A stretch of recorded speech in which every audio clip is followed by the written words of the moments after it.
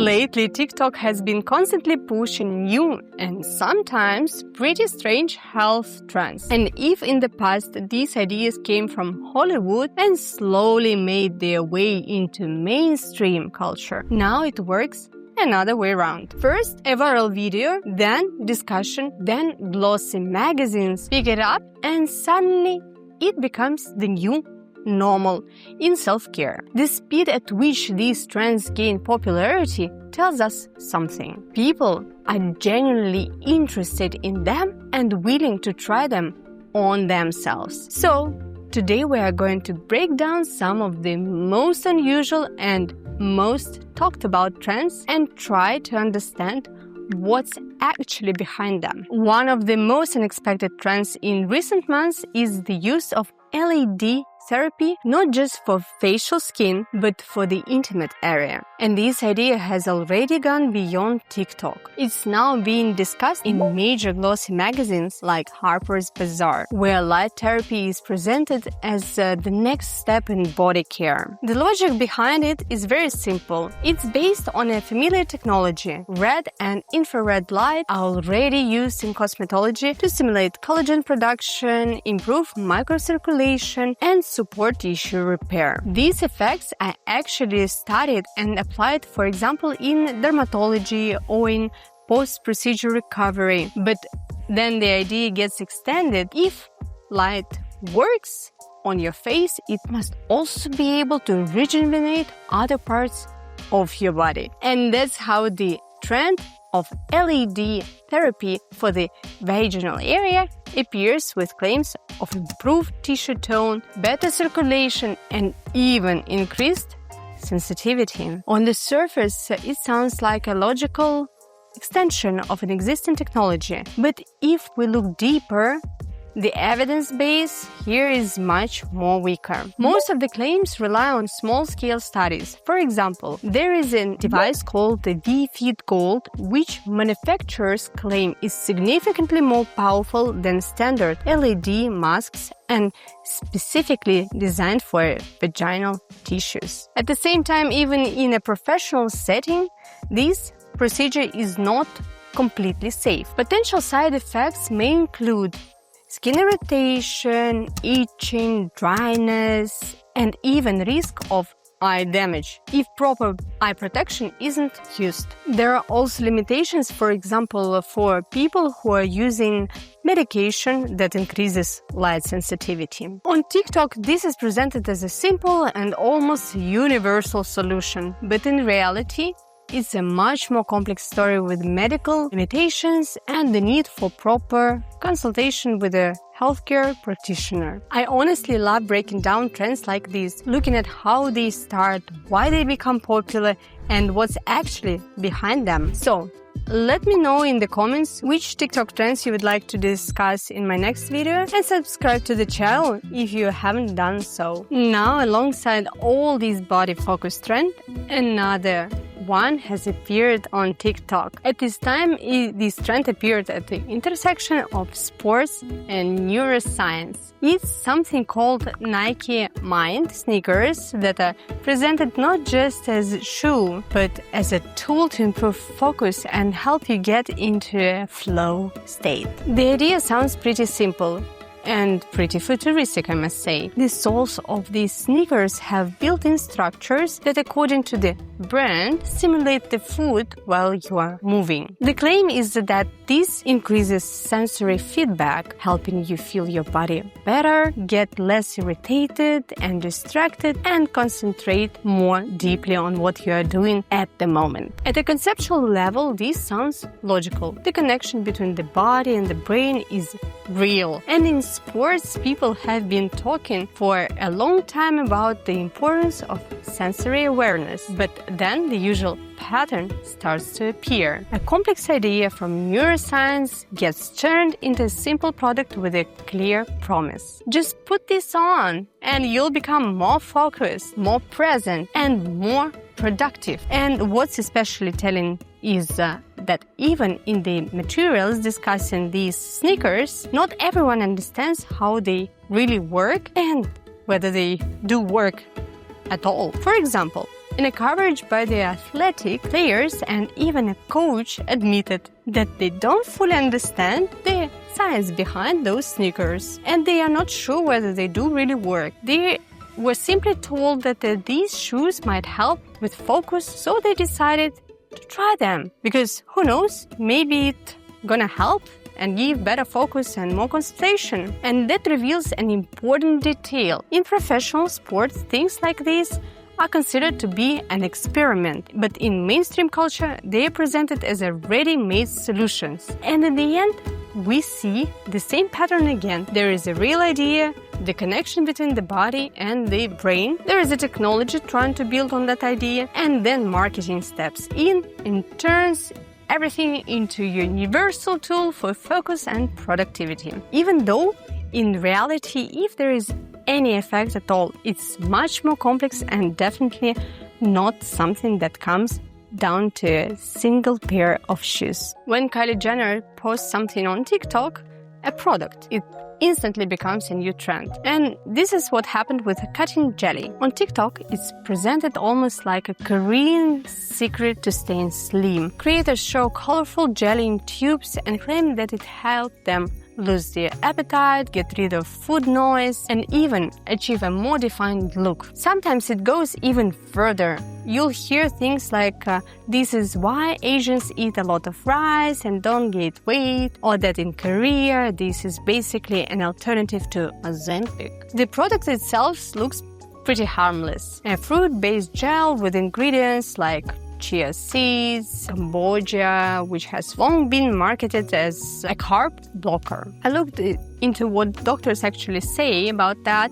According to them, it's not possible to effectively block carbohydrates with supplements. These claims are much more marketing than physiology. At best, the product like this might slightly reduce appetite just because of the fiber content and volume. In reality, it's just gel made of water, sweeteners, and dietary fiber that create temporary effect of fullness. Some people call it detox or metabolic boosting, but often it's just a laxative effect, and other things are just marketing. So in other words, it can affect digestion, but not in the way it's presented in those videos. And once again, we see the same pattern. A very ordinary product with a simple mechanism gets turned into a weight loss secret with almost magical effect. Even though in reality, it's not about fat burning, not about hormones,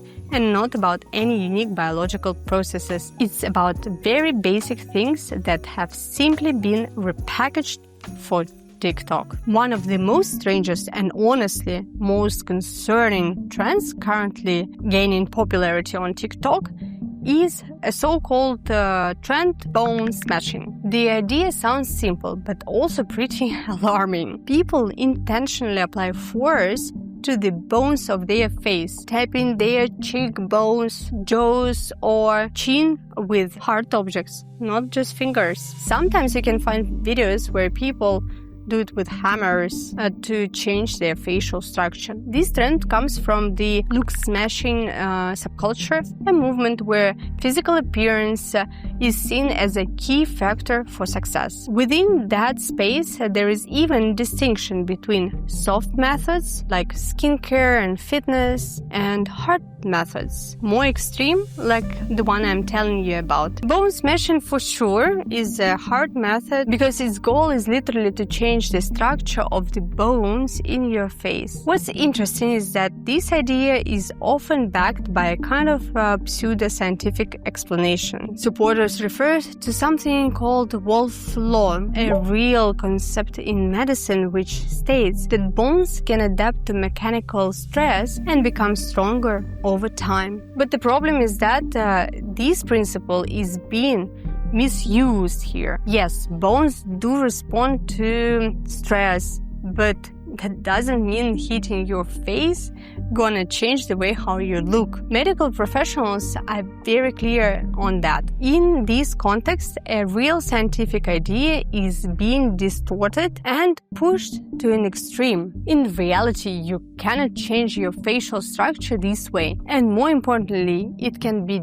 dangerous. So, this is definitely not something you should try on yourself, and refrain others from doing anything like that. And probably the most intriguing and controversial trend on this list, an injectable procedure based on products like Renuva and Aloclair. These procedures is being presented as a non-surgical alternative to fat transfer. But at the same time, it's also met with quite mixed reactions. On social media, these injections have already been nicknamed cadaver injections because the source material comes from donated human tissue. Despite that, cities like New York, high-level executives and corporate clients are lining up for the procedure. It doesn't seem that even the price is a barrier. The price starts from $1,500 per syringe. I got human cadaver material injected into my face in Korea, and I only found out after, and I'm going to tell you about it. But why they are called cadaver injections? The name sounds dramatic, but it's not totally inaccurate because these products are made from donor tissue, but it's important to understand what they actually mean. During processing, all cells and DNA are completely removed. What remains is something called the extracellular matrix, a structural framework that acts like a scaffold. This scaffold is what gets injected into the tissue. The idea is that the body recognizes it as a structure and gradually fills it with its own cells, creating new volume over time. So the product itself doesn't live in the body. It's meant to trigger the body's own regenerative processes. This process isn't entirely new. For example, a similar approach exists in treatments like Sculptura, where the focus is also on stimulating the body rather than injecting something from the outside. But despite the technology behind it, there are important limitations to consider. These products are currently approved primarily for reconstruction purposes, but not for cosmetology and aesthetic use. And long-term data is still limited. There are also risks. The material may not integrate properly. There can be tissue reactions, and if the result is not what you've been expected, it can be much harder to correct the outcomes. In medicine, the use of donor tissue is nothing new. It's a well-established practice, especially in serious procedures. But when the same technology moves into the world of aesthetics, the origin of the material starts to be perceived very differently. And on TikTok, a complex biotechnology turns into something very simple, proactive trend with a catchy name, while the reality behind is much more complex. If you look at all these trends together, a clear pattern starts to emerge. They are all built on real ideas: red light therapy, self-discipline, regenerative medicine. But as they become popular, those ideas get simplified, amplified, and turned into something universal